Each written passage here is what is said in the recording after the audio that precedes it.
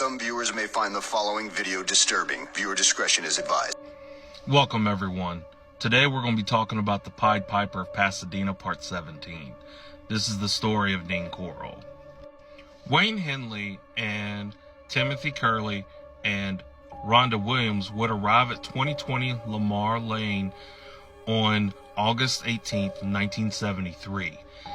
And it is said that when Dean Corll would see that he had brought Rhonda Williams to the house, he became extremely furious and even telling Henley, "You have ruined everything."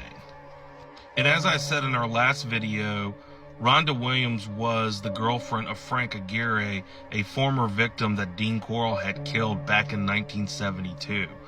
And since then, Henley had become extremely protective of her. But they would walk inside the house and the party setting would continue to where the teens would drink, eat, do drugs, huff paint until they eventually would pass out. And after they had passed out, Dean Corll would take a plastic sheet and start laying it in the bedroom. He would then take a knife out and cut off Timothy Curley's clothes and start binding and gagging all three teenagers with nylon cord. At which point, when Henley would wake up and notice what was going on, he would begin begging for his life. Dean Corll would look at Henley and say, "Man, you really blew it, bringing that girl with you. But it's okay. You're all going to die, and I'm going to have my fun." At which point, he started walking over to Rhonda Williams and began kicking her in the stomach and the chest, screaming, "Wake up, bitch." Rhonda Williams would wake up from the repeated kicking and then witness Dean Corll taking Wayne Henley by the feet and dragging him into the kitchen. And also to add on, he was trying to scream at Dean Corll but was completely muffled by the gags in his mouth. And just this sight and just knowing that she was bound and gagged herself, she would eventually pass out. Now, once in the kitchen, Wayne Henley would still continue begging for his life, and he would tell Dean Corll that, they had been in each other's lives for the last 3 years. And he would even go and say that he had procured all of these boys for Dean Corll and never getting paid once. And if you really think back at it, the only ones that Dean Corll really paid Wayne Henley for was the one unidentified victim and Frank Aguirre, which was also, like I said before, the boyfriend of Rhonda Williams. Dean Corll would then cut Wayne Henley's bindings off and would then tell him, "Okay, if you're willing to do anything I want, you're going to do as I say." And he instructed him to walk into the room where Curley and Williams was. It is at this point that Dean Corll would tell Wayne Henley that he was to strip Rhonda Williams and drag her into the room and tie her to the torture board. At which point, Dean Corll would grab Timothy Curley and drag him into the room. And it is at this point that Rhonda Williams started waking up again. And before picking her up, Wayne Henley would whisper in her ear, "Everything's going to be okay." Wayne Henley would take Rhonda Williams into the bedroom, at which point Dean Corll had already placed the gun he had in his hand right behind him on a table, and then began stripping. He would then instruct Wayne Henley to not only strip himself, but to also take a knife and, like I said, cut off Rhonda Williams' clothes, which he would do. After he had done both things, he would instruct Wayne Henley to tie Rhonda Williams to the torture board right next to Timothy Curley. After he had instructed Henley about this, he would turn around and look at Timothy and say, "Don't you worry, boy. I'm just going to take a look up your anus, and then I'm going to cause you some real pain." At which point, he began sodomizing Timothy Curley. At this point, Rhonda Williams looks up at Wayne Henley, and this is where everything changes.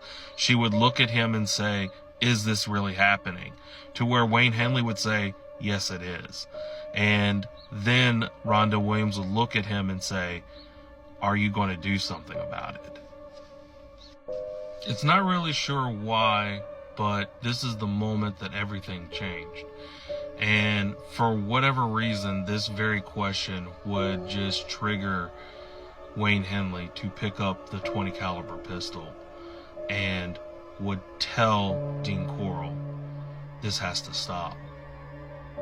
He would, at first, before picking up the pistol, would ask Dean Corll if he could take Rhonda Williams into the other room, to where he would completely ignore him and just continue sodomizing Timothy Curley.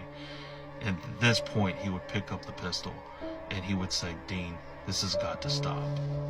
To which Dean Corll would continue ignoring Wayne Henley and he would continue sodomizing Timothy Curley.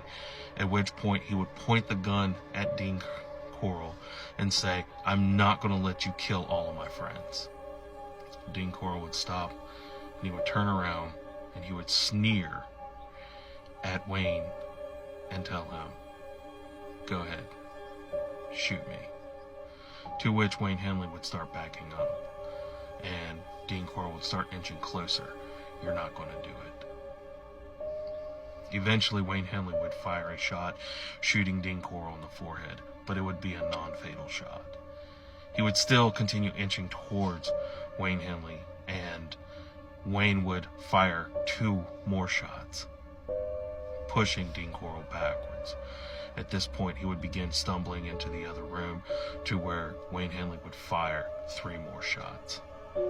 And Dean Corll would slump over, his face hitting the wall, and he would bleed out and die. After Dean Corll had fallen, Wayne Henley would then untie and unshackle Timothy Curley and Rhonda Williams.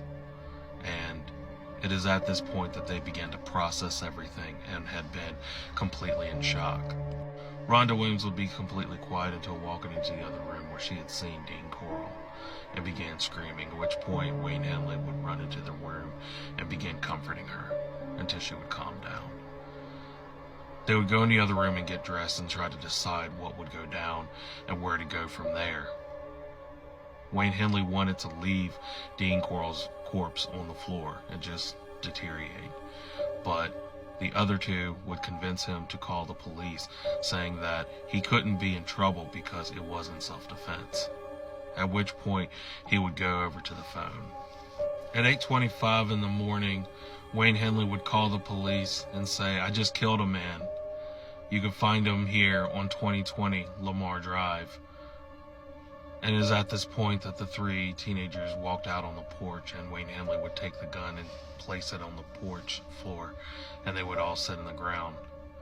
Wayne Henley would be very quiet, but looking over at Timothy Curley and say, you know, if you weren't my friend, I'd have $200 for you. Curley would not understand the reference until after all the information was gathered by police and investigators. The police would arrive, and even though they would say it was in self-defense, they would still take the kids into the squad car until an investigation was begun. They walked inside the house of 2020 Lamar Drive, and there they would find the body of Dean Corll, who was 33 years old at his death. Not only would they find his body, but they would find the torture board that he had used on so many victims. Aside from the torture board, they would also find nylon string, glass rods, handcuffs, and also a 17-inch dildo that he would use on his victims. And it is at this point that the police would take Wayne Henley, Rhonda Williams, and Timothy Curley into the station so they can get a full investigation. As they were taking him to the station, Wayne Henley would look at the police and say, I don't care who knows. I have to get this off my chest. They would take him into the station, and not only would Wayne Henley tell the police the story of what had happened on the previous night, but then he began telling stories of the 29 victims that he had been procuring for Dean Corll for the last 3 years. At first, the police were very skeptical and they didn't believe it. That is until the police took the names that Wayne Henley had wrote down and they started looking at all these names that he was giving, and had realized that every single one of these children that he had named had gone missing or had been labeled a runaway. to which they would go to Wayne Henley to show him where they were.